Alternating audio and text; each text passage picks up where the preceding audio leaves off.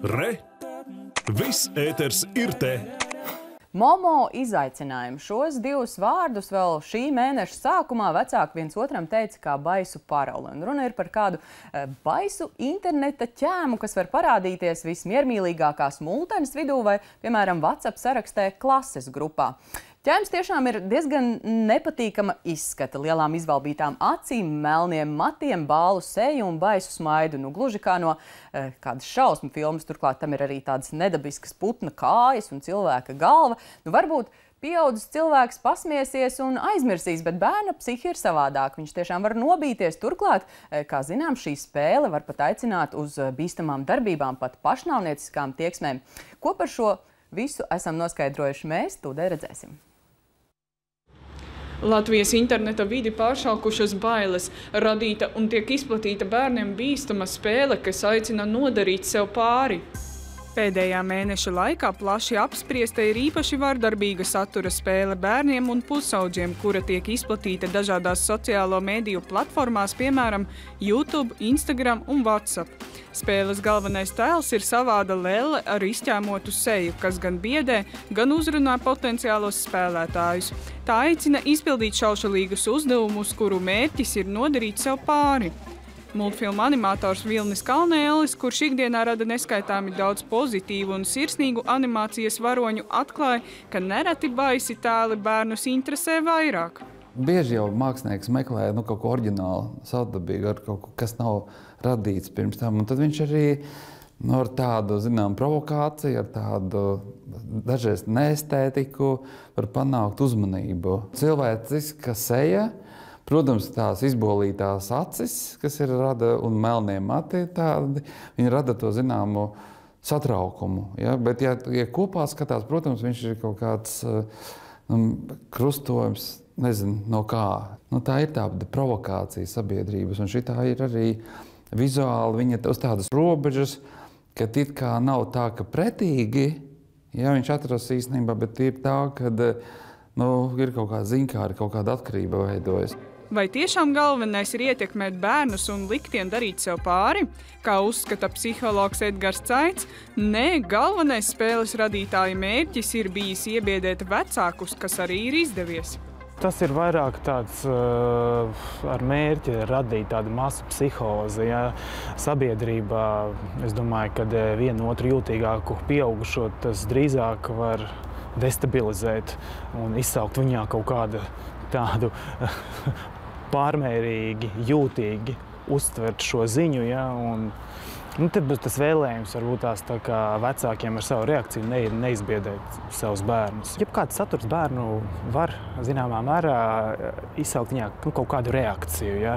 Kaut kādu pārsteigumu, kādu izbīli uz to brīdi, ja? Būt par pamatu tālākām sarunām, ja? Bet diez vai kaut kādai rīcībai, ja pamudinājums ir nodarīt sev pāri. Par to, ka satraukums bijis liekas, pārliecināti arī valsts policijas pārstāvji, kuri aicina vecākus nedalīties ar informāciju par bērniem bīstamām spēlēm sociālajos mēdījos.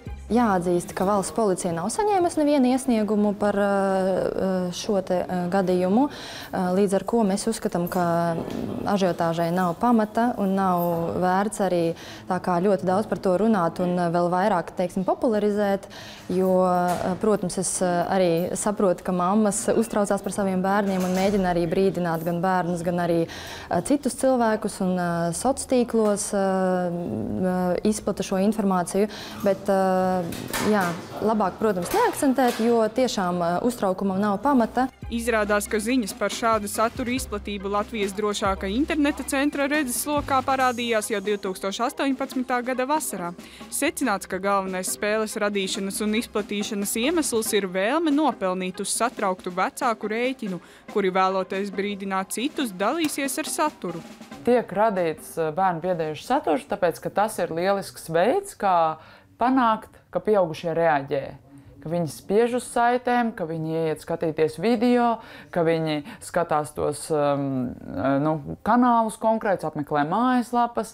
Jo šokējuši saturs, jo vairāk cilvēku ar to dalās. Šādi viņi uzaudzē sev statistiku un viņi ir pievilcīgāki reklāmu devējiem. Maija Katkovska stāsta, ka pat laban spēle jau izvērtusies par joku. Jaunieši uzdodoties par briesmīgo lēli pārsauc savu WhatsApp aplikācijas kontu tās vārdā un sūta biedējošas ziņas mazākajiem, lai pārbaudītu viņu reakciju. Centra vadītāja uzsver, ka ļoti būtiski arī pašiem vecākiem sekot līdzi savām darbībām interneta vidē, lai bērni bīstamo saturu neatrastu nejauši.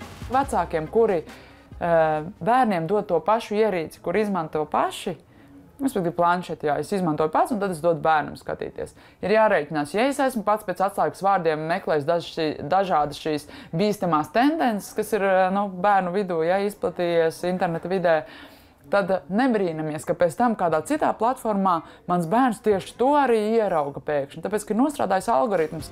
Maija Katkovska atklāja veidu, kā izvairīties no bērniem nepiemērota satura YouTube platformā. Labajā stūrī uz sava konta ikoniņas spiežam, tad sameklējam, kur ir iestatījumi, un lapas apakšā ir izvēle ierobežotais režīms. Spiežam ieslēgt un saglabāt. Sūdzības vai satrauktu vecāku zvanus līdz šim nav saņēmuši arī Valsts bērnu tiesību aizsardzības inspekcijas konsultanti. Inspekcijā norāda, būtiski vecākiem interesēties par bērnu darbībām interneta vidē un nevis bārt, bet gan izskaidrot, ja bērns interesējas par biedējošu un bīstamu saturu. Tad, ja vecāki nav paši saskārušies, bet viņam ir šis satraukums, viņi varbūt grib uzzināt, kā rīkoties šajos gadījumos, ja viņi varbūt vēl nav līdz galam īsti izpratuši vai ir kaut kādas lietas, kurš viņi grib precizēt, noteikti var vērsties arī bērnu pusauģu uzticības tālruni, zvanīt, izstāstīt, kas ir tā lieta, kas satrauc, noteikti pārunāt ar visiem mūsu konsultantiem. Ja ir kaut kāda informācija tiešām par to, kur atrodas šis vardarbīgais saturs, tad noteikti var ziņot drošāk internetu centram. Tā skaitā arī zvanot mums, un tad savukārt mēs varam nodot šo informāciju tālāk. Šausmu stāsti bijuši pilnīgi visos laikos, taču internets ļāvis tiem izplatīties neticami ātri un sasniegt neticami lielu interesentu skaitu. Tāpēc būsim atbildīgi par saturu, ar kuru dalamies sociālajos tīklos.